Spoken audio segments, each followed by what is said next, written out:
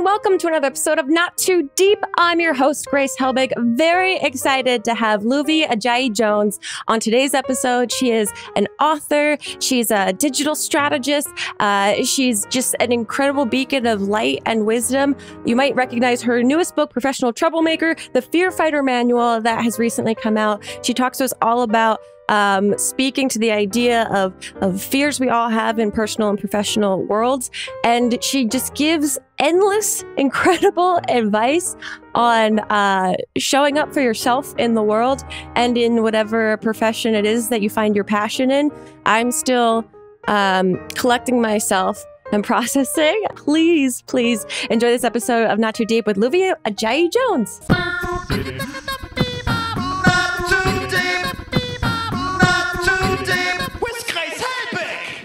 Luvvie, I'm so excited to talk to you today because I feel like you have just such infectious energy and a wealth of knowledge that is so pertinent to what everyone is kind of experiencing in some way or another right now. Thank you for being here, making time. I know you've been doing 1 billion hours of press for your new book, and so I am excited to talk to you all about it. Just to give us a little background, can you give us a little background? You moved to Chicago from Nigeria when you were a younger girl. When I was 9. When you were 9. And then you studied psychology and marketing? Psychology. Yep. Okay. So then how do you go from studying psychology to writing the books that you have out now? Yes. So I actually wanted to be a doctor growing up. Okay. So when I started college, my major was psychology pre-med. Okay. And I took chemistry 101 and ended up getting the first and last D of my academic career. Yeah, that'll do it. Chemistry will do it. Yeah. Put a stop to that dream real quick. And I dropped the pre-med piece, but I kept psychology because I still love it. But that same semester, I actually started my blog. Okay. And this was 2003. Wow. It was 18 years ago. And it was just about my undergrad life. So I have my whole undergrad career documented. Wow. In this now defunct blog. It doesn't exist on the internet anymore. But once I graduated, I deleted that blog and started awesomelyluvvie.com, which is what I still have now. It's the site where I talk about, the world as I see it, TV, race, shenanigans, randomness, whatever I feel like. Yeah. And it is just from my point of view. And it is a thing that I didn't realize that I was building into my career because when I started blogging and even when I graduated from college, like blogging wasn't like a thing that was really taken seriously. Right. That's why I'm that way. Curious back in 2003, like what, if you remember, like what was the impetus to start blogging? Because that wasn't a very prevalent thing. No, because back then it was just online journals. Right. Yeah. Like Zanga, Live Journal. So I'm pretty sure my friends peer pressured me to doing it. So it wasn't anything that was like, oh my God, we're going to do this thing. It was just like, you want to start on a web blog? And I was like, okay. Sure. So, but I never saw it as like something that was going to begin my career. And that was a gift because it allowed me to write without pretense, without strategy, without expectation. So I wrote as true as possible without any type of idea of like, oh, well, this thing will come from it, so I have to write in this way. I wrote authentically in the way like as if nobody was watching. Yeah. And that practice of speaking the truth out loud kept me going. So, more and more people started finding my blog and would say like, oh my God, you're saying what I was thinking, but I dared not to say. Yeah.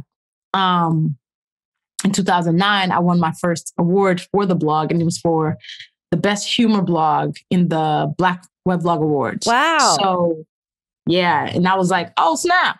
Whoa, this thing's cool. And at that point, I was marketing coordinator at a nonprofit. Okay. April 2010, I got laid off my job. And that's the last time I worked really for anybody else. Wow. Because what happened is I started doing consulting, like digital and marketing consulting for small business owners, for bloggers, as I looked for other jobs. Because I was still like, okay, well, we're going to find another job and we'll make sure we double down on that. Yeah. But I back then, remember Indeed and Monster? Yes. Yeah. Why is my hat crooked? Okay. I was like, why is my hat crooked? Okay. So in Dating Monsters, where like at that point you used to go to drop your resume. So I'd drop my resume in there all the time. And I'd be looking for other jobs in marketing. But again, being the hustler that I am, I was making money working for other people, like doing this type of like consulting for other people. Interesting. And when you're doing marketing consulting for other people, it must be interesting that you get to see the marketplace from a different perspective than from necessarily marketing yourself all the time. And so you can kind of see like trends and patterns and like how that internet world works. Yeah. And I think, you know, for my full-time job it was a nonprofit that helped other nonprofits tell their stories in digital. Okay. So I was already adept and in the field of using social media to tell authentic stories. Right. So yeah, I deepened that practice when I was working with other people and had all these clients and was doing different websites for them. But ultimately, I was my own biggest client. I was my own biggest client. So people were just watching me move and be like, can you help me do some of that? And I'm like, sure. So, but through it all, I was blogging still because this thing, I had fallen in love with writing outside the classroom in a big way. Yeah. But I wasn't calling myself a writer because that title felt too big. It felt almost like I was wearing a coat that wasn't mine. Yeah. Because I thought about writers as like Toni Morrison. You know? Yeah. I thought about writers like Terry McMillan and I was like, they write novels. And then other writers are journalists and I was neither one. I wasn't a novelist, nor was I a journalist. I considered myself just the person who was writing her thoughts. But people were deeply connecting to it. Like, I remember one frustrated night, I was like, why can't I find a new job? Like, maybe I need to spend less time on this blog thing and just really focus on looking for a new job that's going to give me a 401k. Sure. And later that night, I got a note from somebody who was like, I just wanted to email you because I was sitting in the waiting room as my mom got chemotherapy and reading your blog was the reason why I wasn't crying. Wow. And it was like the moments when I wanted to quit, there would be somebody who would drop in my inbox who would say what impact my words were having on them. So I kept on writing, kept on marketing. And then in the beginning of 2012, I got credentialed to do press coverage at the Academy Awards. Cool. And I was backstage and on red carpet. Most journalists actually get access to red carpet, but not backstage. Backstage is, here I am, I was there. And I remember being like, I've spent so much time saying I'm not a writer. Yeah. Because I didn't think a writer did words in the way I did. Yeah, the stereotype. So I discounted it. Yeah, that there's a bit of the imposter syndrome that pokes in because the traditional definition doesn't necessarily fit what your current situation is. Correct. And I think I felt convicted in that room because here I am next to journalists and writers from CNN, BBC, like people who are backed by multi-billion-dollar outlets. Yeah. And then there's me, Awesomely Luvvie. And I had to be like, your words got you in the same room as these people who come with freaking giants behind them. Yeah. You are a writer. Like, why would you not consider yourself a writer? And I think that's the moment when I finally started calling myself a writer. And that's when all the things I was afraid of, because I was like, how do writers who are not journalists make money? Yeah. Brands started reaching out to me and saying like, your audience is huge. They listen to you. We should work together. I got 2 columns in the magazine. Cool. And it was like the doors just opened up. It was almost like God and the universe were like, we've been waiting for you to name and claim who you are so we can give you what we had for you. Yeah. And I think from then on, I started honoring the gift more and just being like, I'm not just a blogger. I'm not just somebody who's sitting behind a screen. I am somebody who was brought here to use her words to make people think critically, to make them feel joy and to compel them to take action that will leave this world better than they found it. That is my purpose. And wow. Once I kind of honored that and started standing in it, things happened. So I got my first book deal in February 2015, March 2015. first book, I'm Judging You, the Do Better Manual, came out September 2016. Yeah. Instantly hit the Times list at number 5. I mean, yeah, that's incredible. And so going back to when you get that first book deal and, you know, you're stepping into your power and you're understanding your purpose and you're like finding, like really connecting with like the energy that you have to give the world. How were you nervous taking on the first book? Did you put a lot of expectations for yourself on it? Absolutely. Yeah. Absolutely. Like for my first book, I knew I wanted this book to be a New York Times bestseller because at that point, there weren't a lot of essay collections by Black women. Right. There were not. And even in my proposal, I could barely even, I don't think I could put a Black woman book in there because there were so few that had actually been successful. And anyone that I brought up to my agent, he'd be like, no, you can't put that one. It didn't do that well. So it shouldn't go in your proposal. So I was like, well, you know what? This book needs to serve as the one that people can now put in their proposals. Yeah. This book needs to do the purpose of opening the doors to let people who have stories to tell it, people who look like me. Mm-hmm. So I was like, I need this book to hit the Times list because it will shift things if it does. Yeah. For other writers, for other Black women writers, for other marginalized writers.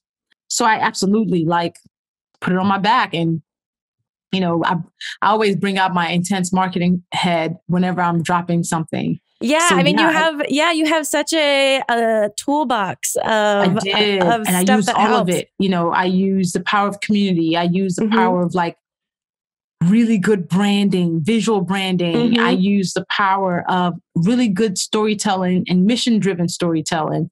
And for book 1, people rose up to, it was like, we got you. Like this book is going to be, and the book was everywhere. I didn't expect it to come in at number 5. And when I'm Judging You hit, I remember calling my speaker's agent and he was like, well, we just doubled your book, like your fees. Amazing. That phone call doubled my fees. So, a year after that, I ended up doing this TED Talk that's called Getting Comfortable with Being Uncomfortable. Mm-hmm. That went viral, had 1 million views in a month. Wow. And ever since then, I've just been on this, I've been very clear that my work is that purpose that I've stated. But even beyond that, I need to make sure I'm loaning people courage to do what feels tough, to be the person who they don't currently have. Because the reason why it took me so long to call myself a writer is because I didn't have the example of the writer that was like me. Mm-hmm. So I ultimately became that example for myself and hopefully for other people.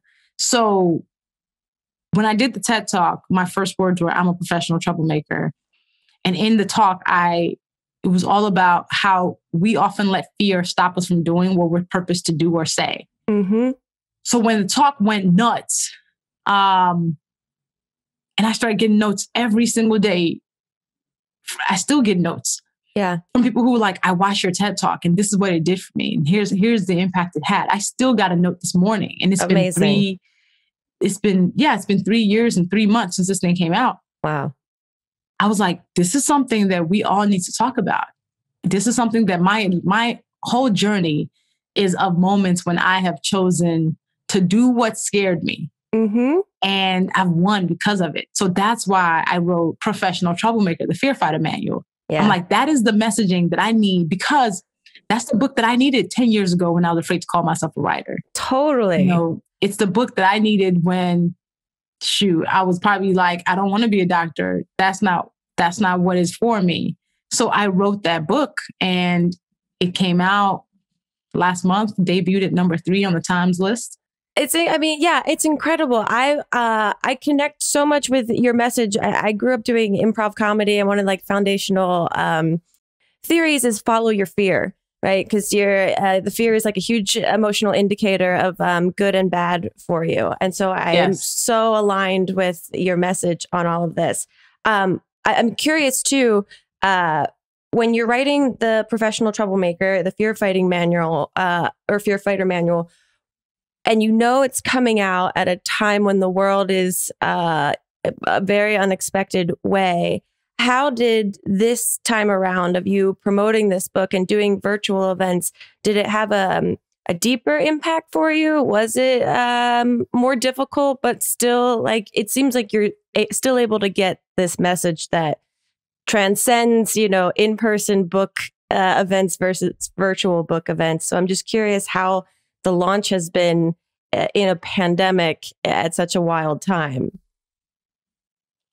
Yeah, I think writing this during the pandemic was definitely a challenge because I'm writing a book about fighting fear at a time when the world is scary. But I also think it drove me forward because it felt especially urgent. It felt especially necessary. Yeah. And this idea of fear is something that's especially palpable now when we're all afraid of this grand thing that's happening around us, this world that we're in. And I think I channeled it into a book, and I think it even gave me more perspective about how fear keeps us from physical danger, right? That's the purpose, is to keep us from putting our hands in fire. It's to keep us from jumping out of a plane without a parachute. It's to keep us from not wearing our mask when we're going outside in the middle of a pandemic. But that same thing will now stop us from asking for a raise or stop us from having a tough conversation with a friend. And we have to start being intentional about tackling it because we're not going to fight fear by accident. It needs to be an intentional decision that we make that says, you know what, even in the moments when I'm petrified, I need to move forward if this thing is really important to me. And I need to not let fear be what's my first factor in decision making. So, and when the book came out, and I've been getting so many notes about this. Now it's like the thing that I'm getting notes about every single day. Right. Well, I'm like, if we do the math and your TED Talk 3 years later is still incredibly profound for people, this is going to have longevity like beyond what you can imagine. I got a note. So like, one thing that I wanted to do with this book, like, again, I wanted this book to loan people courage because I've been loaned courage. That's great. Sometimes you need something that's going to tell you, you got this. Like, I know it's tough, but you got this. And already my book has been changing lives. Like, my book editor, when she was editing this book, she read my Ask for More chapter, which is chapter 4. Is that chapter 4? I don't even know. But she read this Ask for More chapter and she asked her boss for a raise. Wow. Well, 8 months later, she tells me not only did she get the raise, she got a promotion. She's now editorial director of Penguin Life. And her assistant got promoted to editor. And she's like, it's because of your book. Your book gave me, and I kept on thinking about your words, and it made me do this thing that I might not have done before. And for me, that is the goal of who I am and how I show up in the work that I do. Like, I want people to say, you actually made me do this thing that I wouldn't have done before. And here's a great thing that happened because of it. Somebody yesterday sent me a note that said they applied for a job that they did not feel qualified for. Wow. 3 days later, because they were like basically like live DMing me as everything was going on. So on Monday, they DM'd me and said, so I applied for this job because you've been like in my head. I applied for this job that I didn't feel qualified for, and I have an interview for it. So she hits me up on Wednesday, 2 days later, and says, not only did I get the job, but now because of the pay that I'm going to be getting, I no longer have to have 2 jobs for the first time in my adult life. I can actually afford to live based on this one job. And she was like, shout out to you and your book. I posted it online. I posted the DM screenshot. But that for me, I'm like, yes. Because I want us to know that we can live audacious lives. We can ask for things that feel big. We can absolutely be who we say we are. And if reading my book can do this for you, then I'm doing my job. Wow. I mean, it's incredible because too, you're also just so authentically invested in like the people that are engaging with your work and how it affects them, which I'm sure is so cool and also probably pretty tiring after a bit of wanting to make sure that you are available emotionally for all these people that have emotional resonance with your book. Okay, we have to take a quick break. When we get back, I have a billion more questions for you. So we'll be right back with more Not Too Deep. Sounds good. Not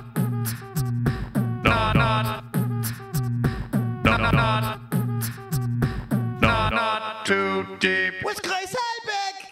Hi, friends. Grace Helbig here from the podcast Not Too Deep, which you are currently listening to, hosted by me, Grace Helbig. Just wanted to say a couple of things. One, thank you so much for listening. And two, if you are enjoying yourself to such a degree that you'd love to leave us a review on the Apple Store, that would be so appreciated, because again, you are very appreciated for giving us your time, your ears, your attention, whatever it may be. And that was my couple of things. Now back to me. Okay, I have a question for you. We're back. You have mentioned on Twitter and your Instagram that this year has confirmed for you that you are an introvert. And I myself am very much an introvert. I work from home, and this year has also confirmed for me the joy I have around being an introvert. I'm curious, have you ever struggled with introvert seeming like a negative thing for you? No, because here's the thing, even though quarantine affirmed my introversion, right? I already knew I was. And, and enjoying my company, not having to be constantly around people. I think one thing pandemic also did allow me to be still and understand that I love stillness. I love not running around like a headless chicken. I've been busy for years, where I was averaging about 110,000 miles for about 6 years of travel every year. So pandemic happening and sitting me down, I was like, I don't have to run for a flight. This is great. Amazing. So I am absolutely an introvert. I can people, but the moment I'm done peopling, I'm done. You're done. Let me go face the wall and recharge my batteries. Totally. I also know that you talk about imposter syndrome being the cousin of fear. And I'm curious, in the virtual book tours that you've been doing, there's thousands of people there. Do you notice a common struggle that people have? Is it generally just like the not being confident enough to go for something? Is there the imposter syndrome that's around? Or is it a mix of a lot of different things? Yeah, I think the imposter syndrome is common in that a lot of really amazing people will tend to think that they have not earned their way to whatever opportunity, or they're not qualified for something, and I think for me, I think imposter syndrome looks like I'll think I'm not ready for something. It's not that I'll say I can't do it. It's I'll be like, I don't think I'm prepared yet, or I don't think this is the right time. Because on my TED Talk that now has almost 6 million views, I turned it down twice because I didn't think I was ready for it. Really? I did. Whoa. I was like, I'm not going to be able to do that because TED is super serious about their stage. Yeah. But I think one of my friends, Unique, loaned me courage and was like, no, you have to do this talk. So I think about how people tend to think because your career is going a certain way, imposter syndrome dies. No, it just looks different. It shapeshifts. Yeah. So I think we all just have to start understanding that use the imposter syndrome to drive you forward, not to pull you back. Use it to make sure you're practicing your craft. Use it to make sure you're doing work. If you're doing the work, the imposter syndrome shouldn't tell you that you're not good enough for it, right? Because there are people who are in rooms who didn't even earn their way into the room, but you forget that because they're just so confident. Right. So there is something to that whole fake it till you make it thing. Yeah. Yeah. There absolutely is. And I think we need to know when imposter syndrome is speaking to us, and then use a different voice to say, no, I got this. I can do this. And even if I don't know it right now, I'll figure it out. Like I figured out a bunch of other things. Yeah. Yeah. No, absolutely. Especially because that's such a great way to frame it, that you don't think you're ready yet, which is such an excuse, because when will yet become now unless you just do it? That's so interesting. Okay, we're going to get into a little bit lighter questions. I'm going to ask you the 2 questions I ask every single guest that is on this podcast. And the first is, who, alive or dead, would you most like to throw cold spaghetti at? Donald Trump. Yeah, it's a very popular answer, yes. Like, I would absolutely take up that opportunity anytime. And Mitch McConnell, he's a freaking worst. Hate his guts. Yep. I would pay all the money to attend the virtual event that allowed me to see you do just that. Yes. Look, I would have an amazing time doing it. Okay, the other question I ask every single guest is to tell us your worst pants shitting story or like a bathroom emergency situation, but you can only use 3 words or 3 small phrases to describe the event. So for example, mine is college jogging front lawn. Oh, God. And if you don't have one, that's okay too. I actually don't have one. That's why I was like, wow, I don't have one. Okay, that's incredible to me. I respect I really you don't. so deeply. Let me think real quick. Let me think in case I'm... Because sometimes these are the events that we tend to repress deep down in our bones. Let me think. We can also come back to it. I don't think there is one because, yeah, but if I come up with one, I'll interrupt you and go, I found it. Okay. I know they're not as prevalent in this last year where we've all been in our homes and had the convenience of our own bathroom situations versus like travel or office bathroom situations. Okay. The other section of this podcast we call deep or hot, which means you can either choose to answer a deep question that we've prepared for you, okay, or you could give us a hot take on something that might be bothering you that you want to get off your chest. Hot. Do you have a hot take? I usually have a hot take about something.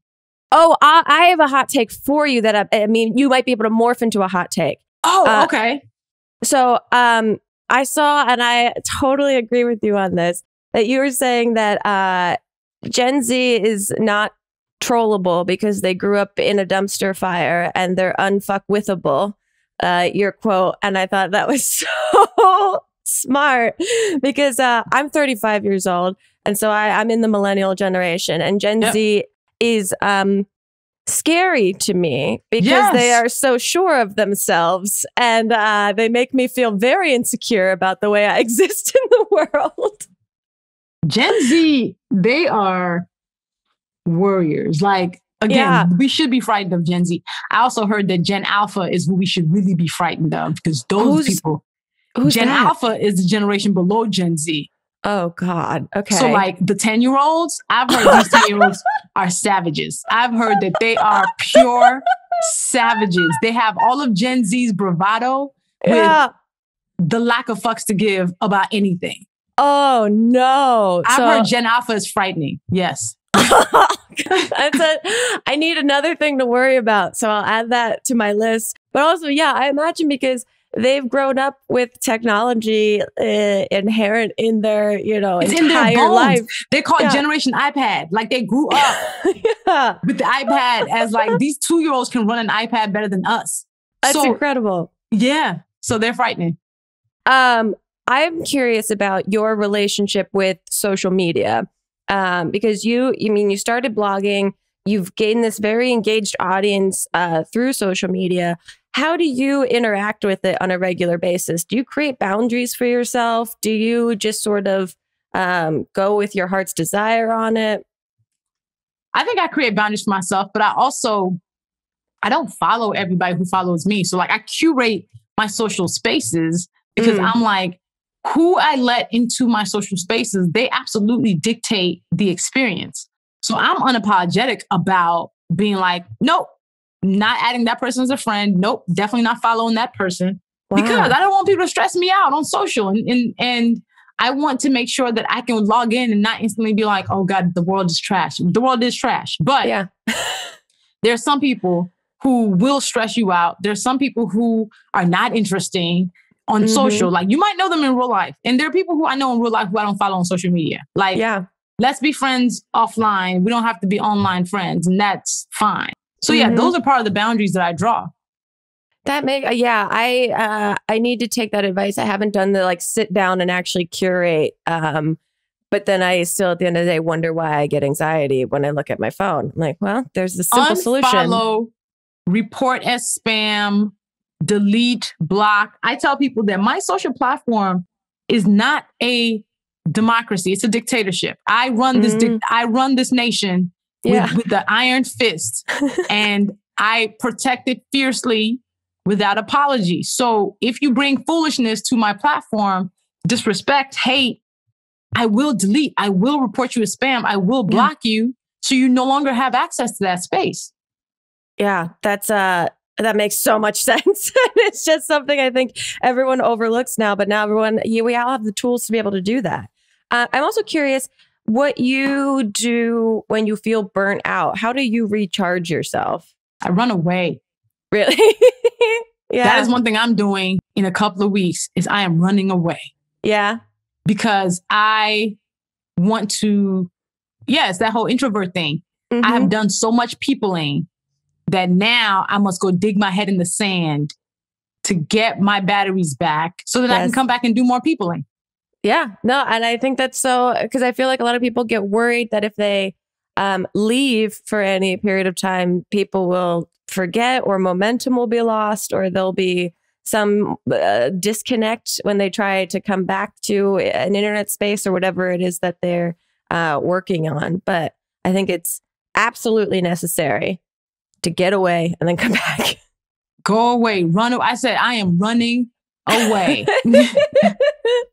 And it's like, no one can get mad because you're letting everyone know that's what's about to happen. That's it. I'm just like, listen, I will be of no use to anybody.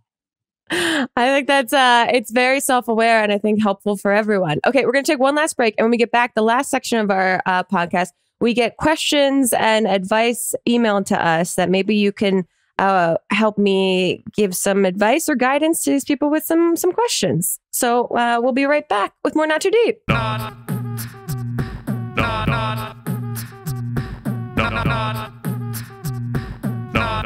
Too Deep with Grace Helbig. Here we go. We got some questions emailed to us that I think you have a great perspective that might be able to give some guidance to some of our listeners. The first question is that I was a creative working as a writer, actor, and wanted to go into directing. I was living in a big city after graduating from college in 2019, and 2020 stripped away my jobs and opportunities.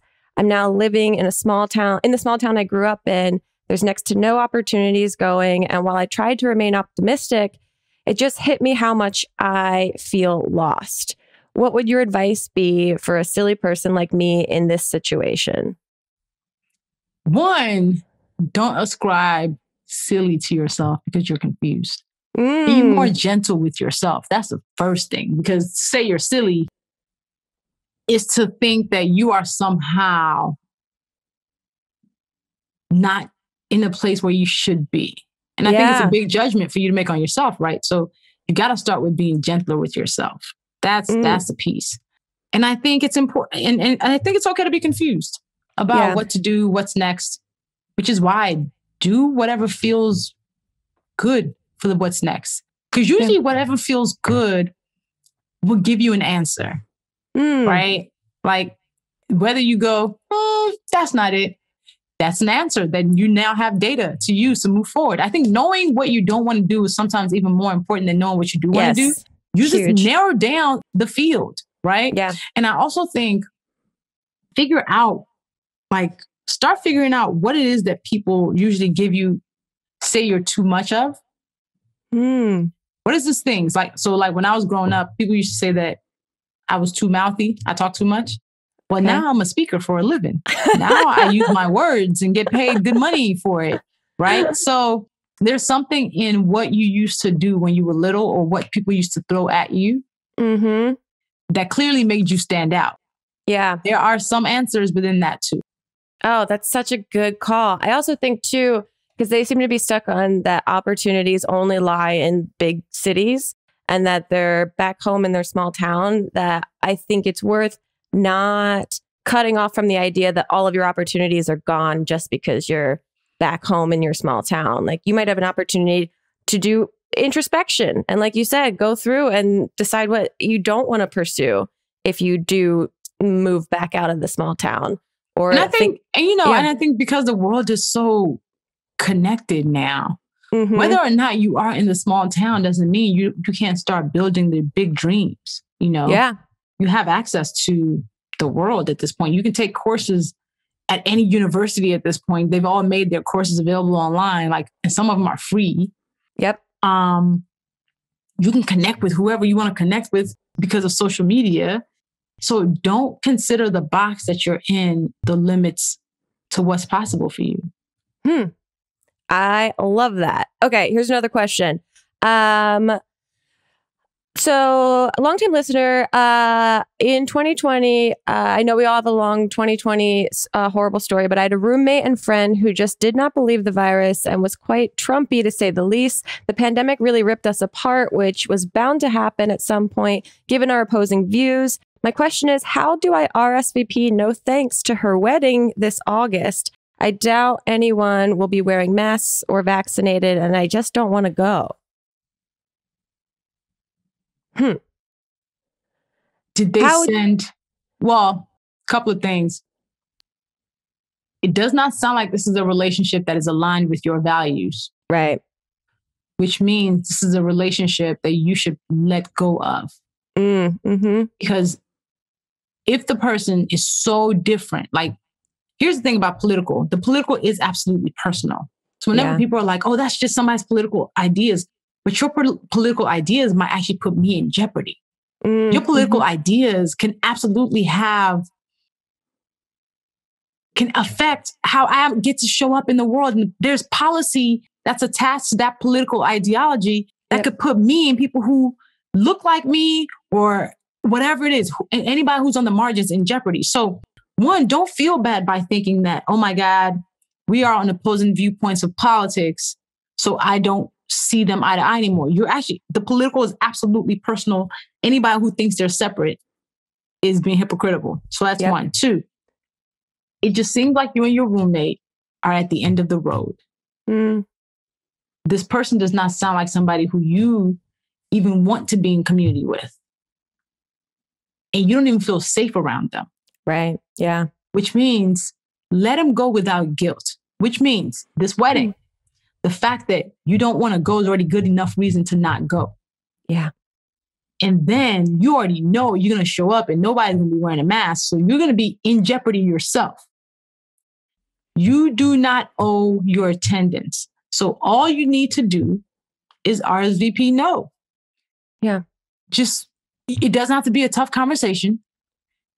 If they're asking whether you're coming and they give you an option to put yes or no, just mark it no and keep it moving.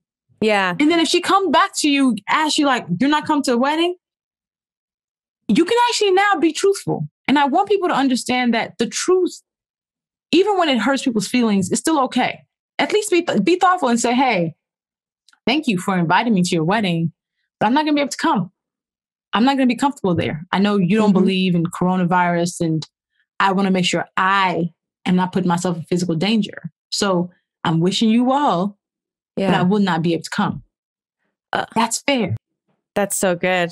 That's so good. I know I'm learning as an adult that I respect people that have the ability to put up boundaries like that as a part of their character so much more than I ever noticed before. That, like you're saying, kind of with the social media thing too, that it's like, if this is not serving you or bettering you in any way, it is within your right to make sure it doesn't affect you. Yeah. And I think people just think about it like this. You were not born to self-sacrifice constantly. Like, I think we're constantly sacrificing and betraying ourselves to make other people feel better. And then other people still don't feel better. And then, so we just did that for what?